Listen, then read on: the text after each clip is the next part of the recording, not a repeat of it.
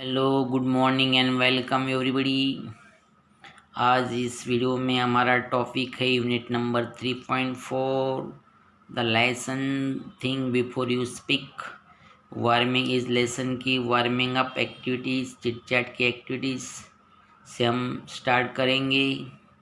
Chit chat की activities बहुत ही महत्वपूर्ण एक्टिविटीज़ होती है। इसमें कुछ क्वेश्चंस दिए हैं, ये सब्जेक्ट से लेसन से रिलेटेड है, तो क्वेश्चंस के मीनिंग और उनका रिप्लाई हमें कैसा देना ये समझ लेंगे। फिर ये समझकर क्वेश्चन आंसर रिप्लाई आपकी जो भी होगी नोटबुक में अच्छी तरह से लिख लेना है, प्रैक्टिस करना है।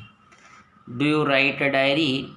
तो यस नो में आंसर दे सकते हैं। Yes I write a diary, no I don't write a diary, जो भी होगा यस नो में।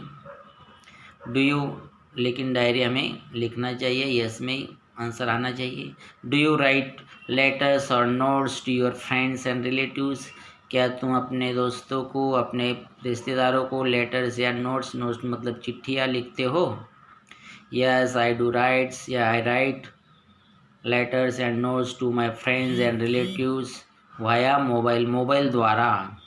आई send the messages on mobile in the form of email, email के रूप में, ओके, या व्हाट्सअप मैसेजेस।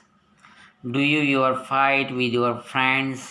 क्या तुम अपने दोस्तों के साथ कभी झगड़ते हो? Yes I sometime fight with my friends, या नो में no I never fight, no I don't, ऐसा जवाब दे सकते हैं। Do you have arguments with your family members? अपने परिवारजनों के साथ कभी आपके आर्गूमेंट्स होते हैं, वाद विवाद झगड़े होते हैं क्या? Yes I have arguments with my family members, नहीं तो no I don't have. What are the arguments about? वो वाद विवाद या झगड़े किसके बारे में होते हैं? The arguments are about watching TV, the arguments are about playing, going for outing, buying clothes, the arguments about arguments about food या ओवर फूड, किसके किसके बारे में, उनके टॉपिक सब्जेक्ट क्या होते हैं, सब इसमें नोट करना है। Next, read the following words which may be used in place of speak. Speak मतलब बोलना, बोलने के जगह ये शब्द हम यूज़ कर सकते हैं। कुछ शब्द ऐसे उसमें थोड़ा बहुत अंतर है, कुछ नेगेटिव वर्ड्स है, कुछ पॉजिटिव वर्ड्स इसमें आए हैं, तो हर एक का मीनिंग हम समझ लेंगे, लिख कर याद कर लेने हैं।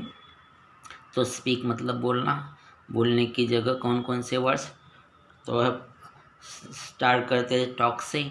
टॉक मतलब बातें करना, अटर मतलब उच्चारण करना, टेल मतलब बताना, अनाउंस घोषित करना, डिक्लेयर उद्घोषणा करना, वॉइस व्यक्त करना, कॉन्वर्स वार्तालाप करना, से कहना, चैट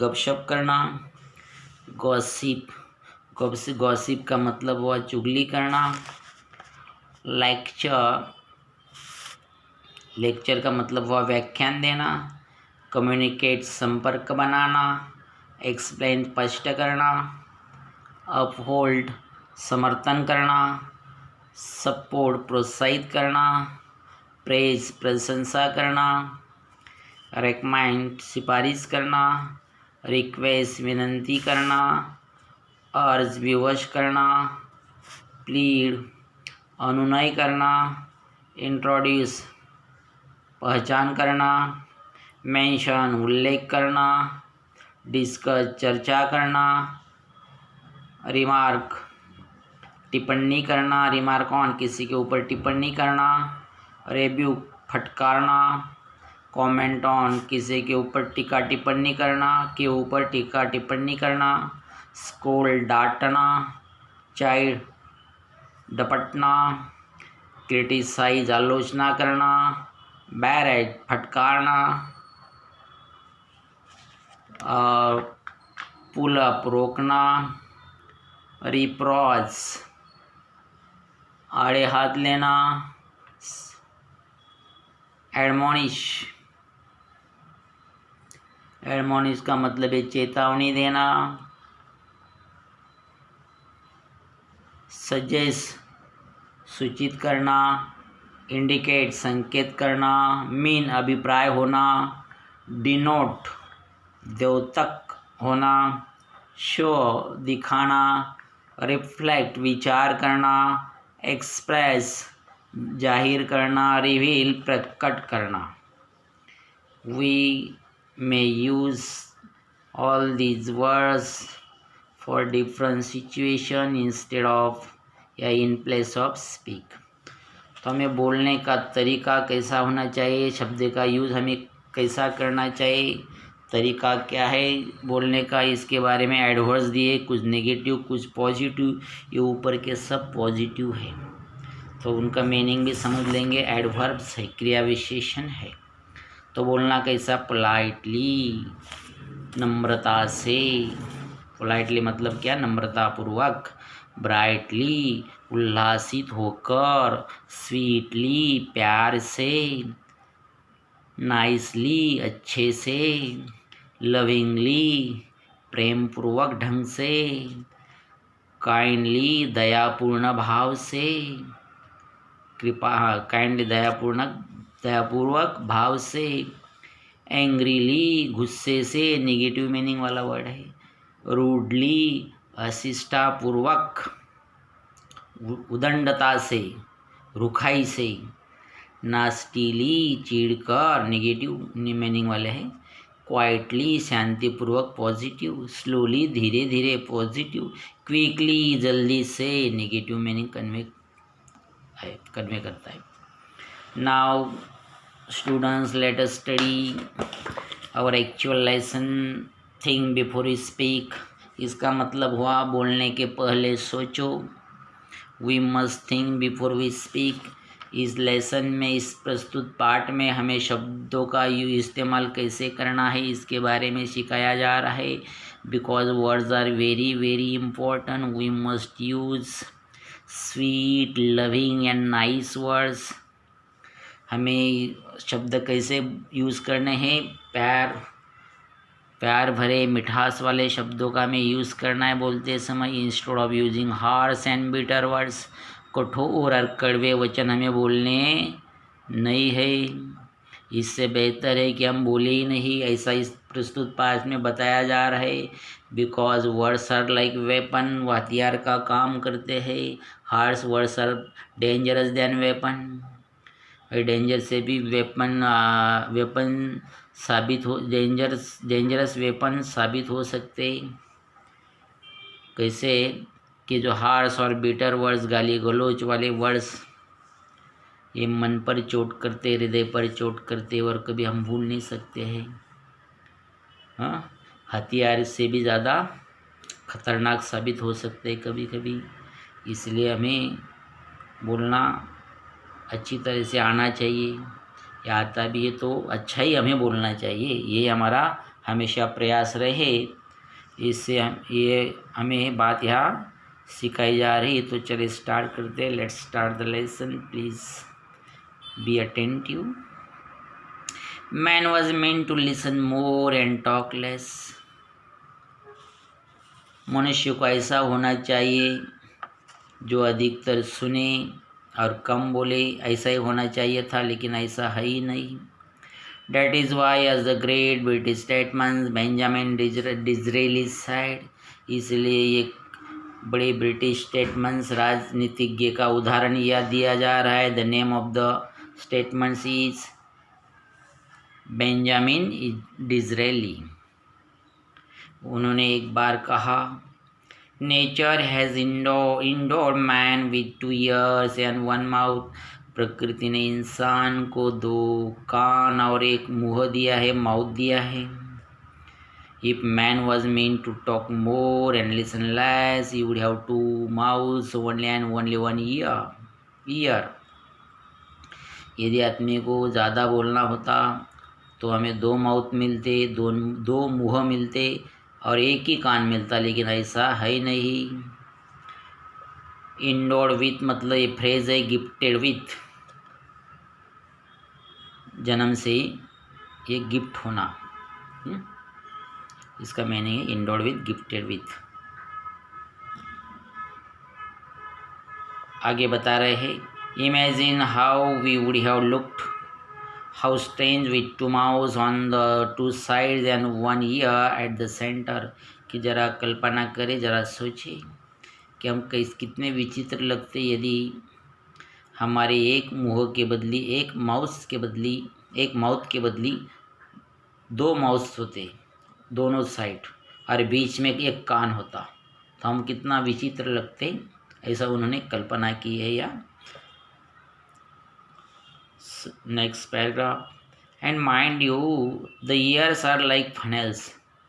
और याद रखें, यह हमारे जो कान है, कान कैसे फनेल जैसे। फनेल्स का मतलब हुआ चोंगी, जो धुआं निकलने का जो छिद्र होता है उसको बोलते हैं funnels, chimney. Open all the time, हर समय खुले। There is no door with which you can close them. ऐसा कोई दरवाज़ा नहीं है हम उससे उन्हें क्लोज करके रखे कानों को। Whereas if you have to speak even one single word, that word must pass through two walls। हमें एक ही शब्द बोलना पड़े तो वो शब्द को दो दीवारों से पास होना पड़ता है, गुजरना पड़ता है। पास थ्रू मतलब इनके बीच में से गुजरना पड़ता है। मस्ट क्या आया है, मॉडल ऑक्सिलरी फॉर कंपल्सन, अत्यावश्यक। मस्ट का मतलब आवश्यकता है, ज़रूरत है। हाँ, तो मस्ट मॉडल ऑक्सिलरी है। टू स्पीक क्या इन्फिनिटिव 2 + V1 वर्ब 1, इसलिए ये इन्फिनिटिव का एग्जाम्पल है, ये मॉडल है। टू फेंसेस, दो दीवारें। There is firstly the fence of this 2 rose of teeth. और पहली दीवारें दांतों की दो पंक्तियाँ ऊपर नीचे की, इससे शब्द को गुजरना पड़ता है। पहला फेंस है। फेंस का मतलब बाड़ या घेरा है। There is secondly the fence of the 2 lips. और दूसरा है हमारे 2 लिप्स का, होठों का, इसके बीच में से गुजरना पड़ता है वर्ड्स को। दांतों की पंक्तियों से आगे बढ़कर दोनों ओठ बंद होते, दोनों को खोलेंगे तभी हमारे शब्द बाहर निकलेंगे। ये 2 फेंसेस है। Before a word can be spoken it has to pierce through this 2 walls. ये दोनों वॉल को पियर्स करके, छेद कर उन्हें बाहर आना पड़ता है। Through these 2 fences, therefore we must think at least twice before we utter a word। इसलिए हमें दोबारा सोचना चाहिए शब्द का उच्चारण करने के पहले। A very wise man once remarked that of the unspoken word you are a master and of the spoken word you are a slave। एक बहुत ही ज्ञानी आदमी ने कहा है, एक बार रिमार्क किया है, टिप्पणी की है, क्या बताया है कि 2 प्रकार के वर्ड, स्पोकन मतलब जो हम बोल चुके हैं, अनस्पोकन मतलब जो हम बोले नहीं अभी तक। स्पोकन अनस्पोकन अपोजिट पेयर है, एंटोनिम्स स्पोकन अनस्पोकन। जो हमने शब्द बोले नहीं हम उनके मास्टर है, और जो बोल चुके उनके गुलाम बन गए हैं। Master slave, spoken unspoken, antonyms या अपोजिट पेयर से यदि याद रखने शब्द कि हम जो बोले नहीं उनके गुलाम, जो बोल चुके हैं उनके गुलाम कैसे है। Because once you have spoken a word you can not get it back, do what you will. कि हम जो एक बार उच्चारण कर लिए ना, वो शब्द हम वापस कभी नहीं ले सकते। जो चाहे वो कर ले, लेकिन वापस नहीं लिया जा सकता है। और एक ग्रामर का सेंटेंस है, you have spoken a word you can get it back, can not get it back. तो एबल टू का यूज़ कर सकते। You are not able to, are not able to, can not के बदली क्या, कौन सी शब्द लाने, आर नॉट एबल टू। या अनेबल का भी यूज़ कर सकते, you are unable to get it back. Grammar का टॉपिक है। Do what you want. Therefore मतलब इसलिए, हैंस इसलिए, you must be very careful about the words that you speak. हम जो शब्द बोलते हैं उनके बारे में हमें बहुत सावधानी बरतनी है। केयरफुल मतलब सावध रहना है। केयरफुल के opposite careless, antonyms. Once the word has left your lips you will not be able to get it back. एक बार शब्द हमारे होठों से गुजर गया है ना, हम उसको कभी वापस नहीं ले सकते हैं। ग्रामर का टॉपिक है, you will not be able to get it back. तो कांट का यूज़ कर सकते, you can't get it back, या अनेबल का भी यूज़ कर सकते, you will be unable to get it back, you will be unable, you will be not हटा देना है, एबल का अनेबल अपोजिट हो गया ना, एबल के opposite unable, you will be unable to get it back, unable का use कर रहे तो ऐसा सेंटेंस बनेगा। What are unspoken words, unspoken words क्या होते हैं, कौन सा टाइप ऑफ सेंटेंस है, इंट्रोगेटिव, डब्ल्यूएस क्वेश्चन है। They are things you want to say but remain unsaid, unspoken word मतलब हम जो कहना चाहते हैं लेकिन अभी कहे नहीं है, as thoughts in your mind, just हमारे मन में कल्पना है, ये विचार है एक, और लेकिन विचार को अपने अभिव्यक्ति नहीं दी है। Once you have put the thoughts into words, and once the words have left your lips you cannot change them or control them। एक बार हमारे जो विचार है, विचार को शब्दों के रूप में रूपांतर हो गया, मतलब शब्द बोल चुके, होठों से गुजर गए, वर्ड पास हो गए, तो हम उनको ना बदल सकते ना वापस ले सकते। जैसा एक बार बाण से तीर निकल चुका कमान से, तो वापस नहीं लिया जा सकता, ऐसा ही शब्दों का है, हम उनको कुछ नहीं कर सकते। तो ग्रामर में ये सेंटेंस में क्या हो सकता है, you can not change it, to be able to को यूज़ कर सकते, you are not able to change them, या अनेबल का भी यूज़ कर सकते, you are unable to change them और control them. A young man went to spiritual teacher and said, एक बार एक नौजवान ज्ञानी गुरु के पास गया, उनके ज्ञानी गुरु थे। I have spoken very harsh and unkind words to my friend, कि गुरु जी मैंने अपने दोस्तों के प्रति मैंने अपने दोस्तों से बहुत हार्श और अनकाइंड, कठोर और कटु वचन मैं अपने दोस्त को बोल चुका हूँ। काइंड के opposite unkind, and he is deeply hurt, और उनको बहुत बुरा लगता है। I am afraid I have lost my friendship with him, मुझे तो ऐसा लगता है कि मुझे डर है कि मैं अपनी दोस्ती खो चुका हूँ, ये मुझे डर है। How can I make amends, मैं इनका परिमार्जन कैसे कर सकता हूँ, बात कैसे सुधार सकता हूँ गुरु जी। WH interrogative sentence, WH question, I am afraid statement है एक assertive sentence। The wise teacher gave him a fresh sheet of blank paper and pen। तो उनके गुरु ने क्या किया, उनके ज्ञानी गुरु ने क्या किया, उनको एक नया बिल्कुल एक कागज़ दिया, ब्लैंक कोरा कागज़ दिया, और पेना उसके हाथ में रख दिया। He said to the young man, और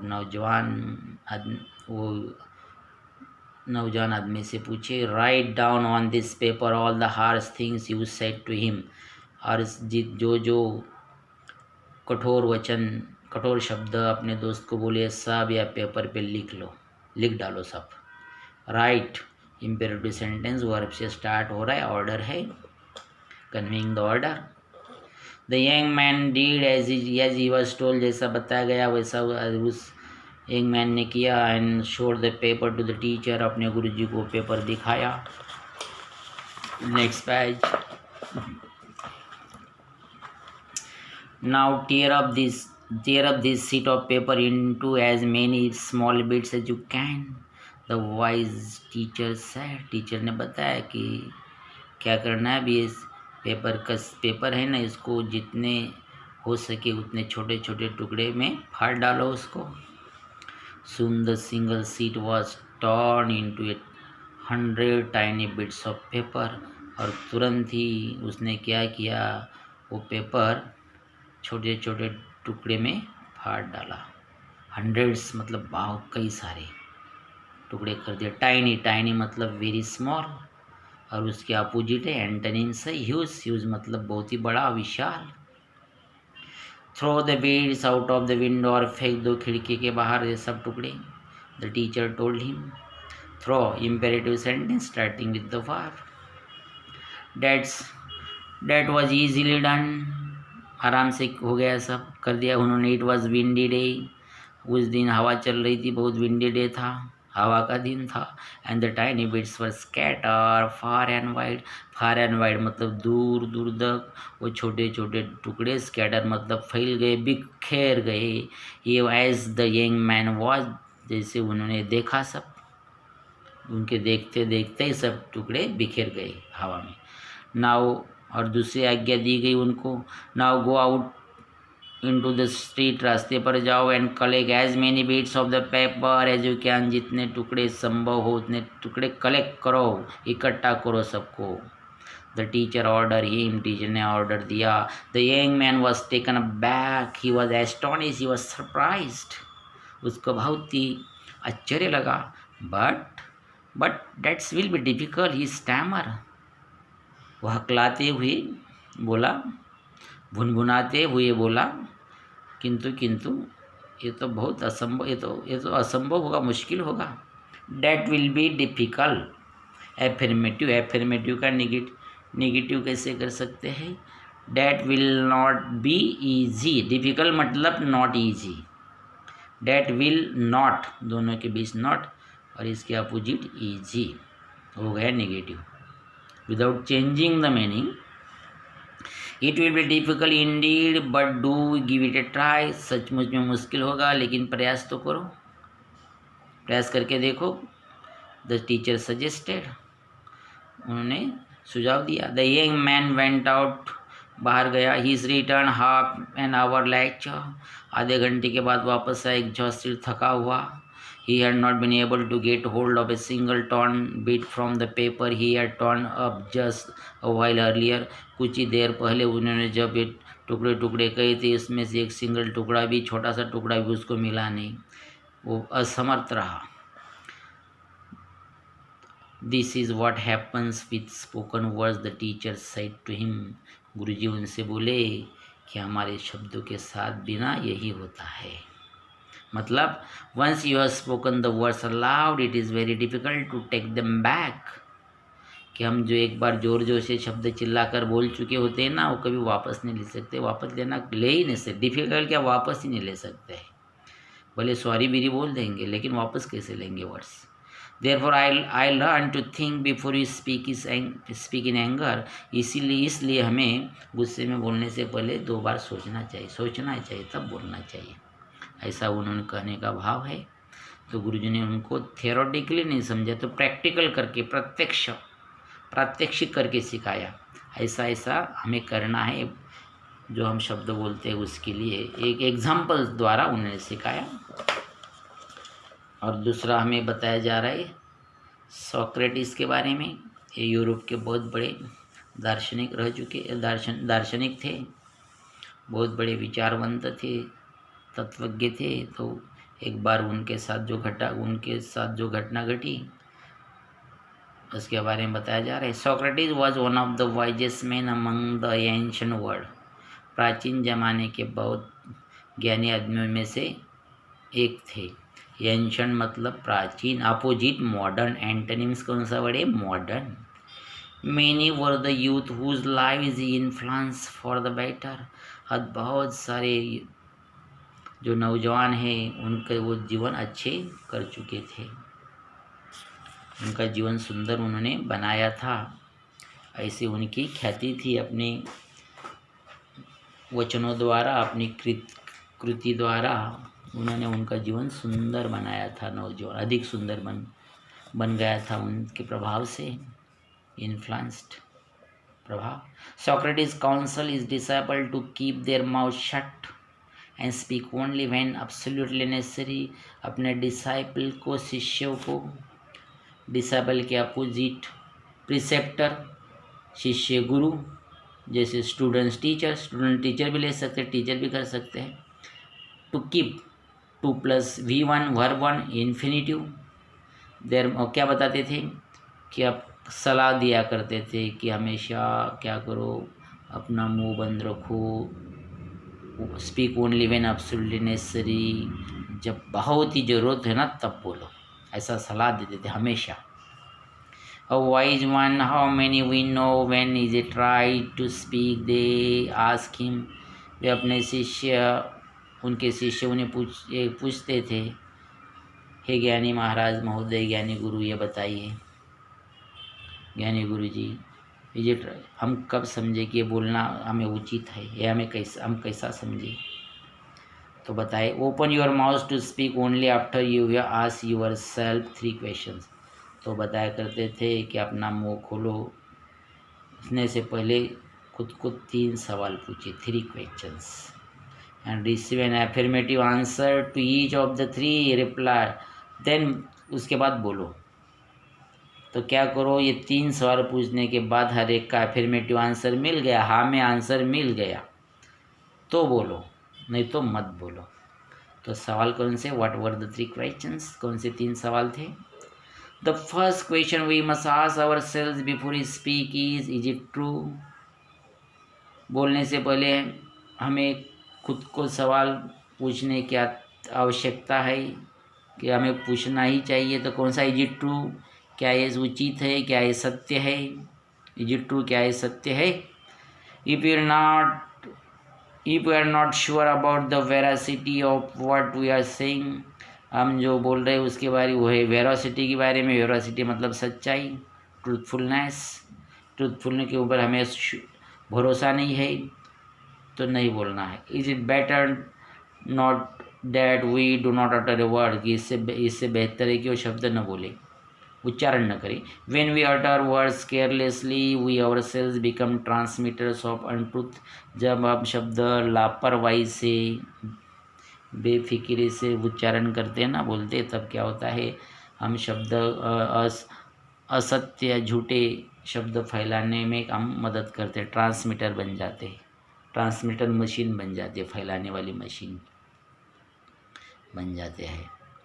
केयरलेसली के अपोजिट एंटोनिम्स, केयरफुल्ली, केयरलेसली लापरवाही से, केयरफुल्ली ध्यान से, सावधानी से। The second question to ask की दूसरा सवाल ये पूछना है, इज इट प्लेजेंट, क्या ये आनंददायी है, इज इट प्लेजेंट, क्या ये आनंददायक है। Many are the empty words and vain statements that people make it idleness to hurt others। और क्या बताए आगे, अनेक शब्दों के वाक्य में निरर्थक प्रयोग दूसरों को कष्ट देते हैं। आइडलनेस में जो शब्द बोलते हैं दूसरों को कष्ट देते हैं, हर्ट अदर, कष्ट देना, दूसरों को दर्द पहुंचाते, चोट करते हैं। It is better that these unpleasant words remain unspoken. तो न बोलना, शब्द न बोलना ही अधिक उचित होता है उसी समय। अपोजिट वर्ड प्लेजेंट, प्लेजेंट का एंटोनिम्स बोलिए, unpleasant, spoken, unspoken, opposite antonyms है। The third question according to Socrates is, Socrates के मतानुसार तीसरा सवाल है, इज इट यूजफुल, क्या ये उपयोगी है, ये तीसरा सवाल है। ये तीनों ट्रांसलेट करना है, एक्टिविटीज़ में पूछा जाएगा, ट्रांसलेट 3 क्वेश्चंस। 3 क्वेश्चंस का इंट्रोगेटिव सेंटेंस है, इंट्रोगेटिव में यस नो क्वेश्चन है, ये भी स्मरण में रखें। Is our statement going to benefit the listener, ये भी जरा सोचे, पूछे इसके बारे में, क्या हमारे शब्द दूसरों को शांति देने वाले हैं। Will our words bring comfort to someone, दूसरे को शांति देने वाले, दूसरे को उपयोगी होंगे, दूसरे को लाभदायी है या दूसरे को शांति देने वाले हैं। Are we likely to help someone with what we say, दूसरे को हमारे शब्द दूसरे को मदद देने वाले हो सकते हैं साबित, ये भी ज़रा सोचो। ओनली इन डैट केस, और इसी समय पर, ऐसे समय पर ही हमें क्या करना है, in that case should we go ahead and speak, हमें बोलना है, आगे जाना है, बोलना है। शुड क्या है, मॉडल वर्ब, हाँ चाहिए, इस भाव से। Now let's see the English workshop activities. English workshop activities में एग्जाम्पल दी है, एक्टिविटी है number 1, the same word can be use as noun and as verb. एक ही वर्ड उसका नाउन के रूप में, संज्ञा और वर्ब क्रिया के रूप में अलग अलग सेंटेंस में यूज़ कर सकते हैं। जैसा है रिमार्क, बराबर। तो रिमार्क शब्द टिप्पणी करना, बताना। Many are the empty remarks, remarks ये आएगा नाउन है, its function is noun. A wise man once remark मतलब बताया, टिप्पणी की, तो ये वर्ब हो गया, पास्ट टेंस में है। ऐसे वर्ड है चेंज है, शो है, थ्रो है, रिटर्न है, बेनिफिट है। तो उनकी मीनिंग, नाउन आया तो उनका मीनिंग क्या है, सेंटेंस में उनका यूज़ कैसा करना है, वर्ब आया तो उनका मीनिंग क्या है, सेंटेंस में यूज़ कैसा करना है, ये सब आपको लिख कर दिया जाएगा विथ मीनिंग एंड सेंटेंसेस। तो लिख लेने हैं और याद कर लेने हैं। एक्टिविटी नंबर 2 है कंप्लीट द फॉलोइंग, पूरा करो। सिंपल एक्टिविटी है, लेसन पढ़कर पूरा कर सकते, इसमें लिख लेना है। For example our ears are like funnels because they are open all the time, जैसा कि वैसा लेसन में मिल जाएगा। The 2 rows of teeth are like fans because before a word is spoken, आगे समझकर पढ़कर भर देना, इधर ही भर देना है, नोटबुक में भी लिख सकते, लिखना है तो। The 2 leaves are like a fence because before से आगे लेसन में ढूंढकर, कौन से पैराग्राफ में ढूंढकर लिखना है। Harsh words are like scattered bits of paper carried away by the wind because once you are spoken, ये भी मिल जाएगा, ढूंढकर लिख लेना है, या पेंसिल से भी आप भर सकते हैं, जगह दी है इसलिए। Right a brief summary writing में, ऐसे राइटिंग में कवर किया जाए, टॉपिक कवर किया जाएगा। ट्रांसलेट, उसका ट्रांसलेट कर लेना है हिंदी में, जैसे for example the mother tongue मतलब मातृभाषा में, the first question we must ask our self before we speak is, पहला क्वेश्चन हमें सबको बोलने से पहले पूछना चाहिए, तो कौन सा, इज इट ट्रू, क्या ये सच है, क्या ये उचित है। The second question to ask is, दूसरा सवाल ये पूछना है, इज इट प्लेजेंट, क्या ये आनंददायक है। The third question according to the Socrates के मतानुसार तीसरा सवाल ये है, इज इट यूजफुल, क्या ये उपयोगी है। स्टेटमेंट लिखना है, सेंटेंस, फिर ट्रांसलेशन हिंदी में, स्टेटमेंट, ट्रांसलेशन, वाक्य ट्रांसलेशन। हम अभी देखेंगे एक्टिविटी नंबर 5। एक्टिविटी 5 में दिया एंटीथेसिस। तो एंटीथेसिस का मतलब होता है opposite ideas are express in a sentence, that is called antithesis, विलोम अलंकार। जैसे for example, give every man the ear but few thy voice, every हर एक, फ्यू बहुत थोड़े, हाँ कम, अपोजिट है, opposite ideas are express. Meaning हुआ सुनो हर एक की, लेकिन करो अपने मन की। Man proposes, God disposes, proposes disposes, opposites words है, अपोजिट आइडियाज है। तो मतलब हुआ मेरे मन में कुछ और है और कर्ता के कुछ और, कर्ता के मन में कुछ और। Speech is silver but silence is gold, बोलने से मौन भला। ये प्रोवर्ब्स है, सब कहावत है, कहावत का प्रकार। Patience is bitter but it has a sweet fruit, धैर्य कड़वा होता है लेकिन इसका फल मीठा होता है। लिखकर ये मिलेगा आपको।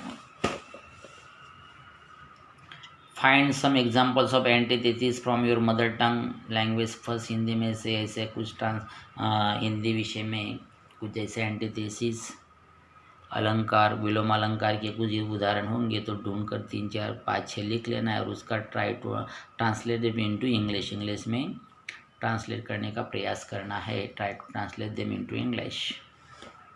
एक्टिविटी 7 क्लॉज के बारे में। हम मेन क्लॉज और subordinate dependent clause. Main clause को दूसरा नाम है प्रिंसिपल क्लॉज, डिपेंडेंट क्लॉज को दूसरा नाम है सबऑर्डिनेट क्लॉज। ये मेन क्लॉज के ऊपर आश्रित होता है, it depends on the main clause, so it is called dependent clause. आश्रित क्लॉज बोलते हैं उसको। क्लॉज का मतलब होता है उपवाक्य। हाँ, तो उसके बारे में हम यहाँ चर्चा करेंगे। ज़्यादा डिटेल में तो चर्चा नहीं, जब ग्रामर पढ़ाएंगे डिटेल में तब डिटेल में चर्चा होगी। तो चलिए नाउन क्लॉज। तो इसमें दिया गया यह है नाउन डिसाइड कैसा करना है। नाउन क्लॉज है, एडजेक्टिव, एडवर्ब है, तो डिसाइड इसी तरह से करना है। How to decide, simple rule है। We can replace an adverb clause with an adverb, adjective clause with an adjective और noun clause with a noun. ये सिंपल रूल है कि उनके बदले हम नाउन क्लॉज रिप्लेस कर सकते किसके, नाउन के साथ। जैसे फॉर एग्जांपल इधर थे, but I don't know the answer, मुझे आंसर पता नहीं, द आंसर क्या है इधर, नाउन। तो but I don't know what they want, what they want क्या है, नाउन क्लॉज। जैसे ही told us a story, story कैसी थी, मॉडिफाइंग दैट वाज फनी। ये क्लॉज किसको मॉडिफाइंग कर रहा है, स्टोरी को। स्टोरी कैसी थी स्टोरी, इसको मॉडिफाई किया जा रहा है, एडजेक्टिव को, फनी को। The story was funny. हाँ, व्हाट दे वांट ये क्या है, आंसर को मॉडिफाई कर रहा है। He told us story, they went away, away adverb, they went away वे चले गए, कब चले गए, when you were talking to your friend, adverb clause. They went, main clause. He told us a story, main clause. That से आगे subordinate clause. What they want subordinate clause, but I don't know main clause. Now complete the following on your own.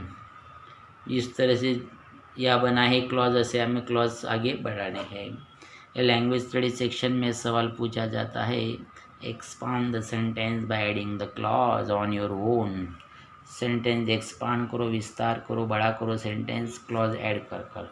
Noun clause add करें, adjective add करें, adverb add करें, इस हमारे ऊपर निर्भर है, या सेंटेंस के ऊपर भी निर्भर होता है। बट आई डोंट नो, जैसे इसके नाउन क्लॉज हम एक्सपांड कर सकते कई तरह से। For example, I don't know what is said, I don't know what he eat, I don't know what I don't know what they paint, I don't know what they write। इसी तरह से what they write, what they did, what they say, what they see। इसे dependent clause add करके, मतलब subordinate clause add करके sentence expand करने, बढ़ाने हैं। He told us a story that was boring, he told us a story that was interesting, he told us a story that was nice, he told us a story that was very very very old, etc. They went, adverb clause. They went when you were playing, they went when I was studying, they went when I met you, they went when I had eaten my food, etcetera. ऐसा उसको हम expand कर सकते। इस video में इतना ही। कुछ समस्या है तो please you may call to solve your queries. Okay, thanks, let's stop here.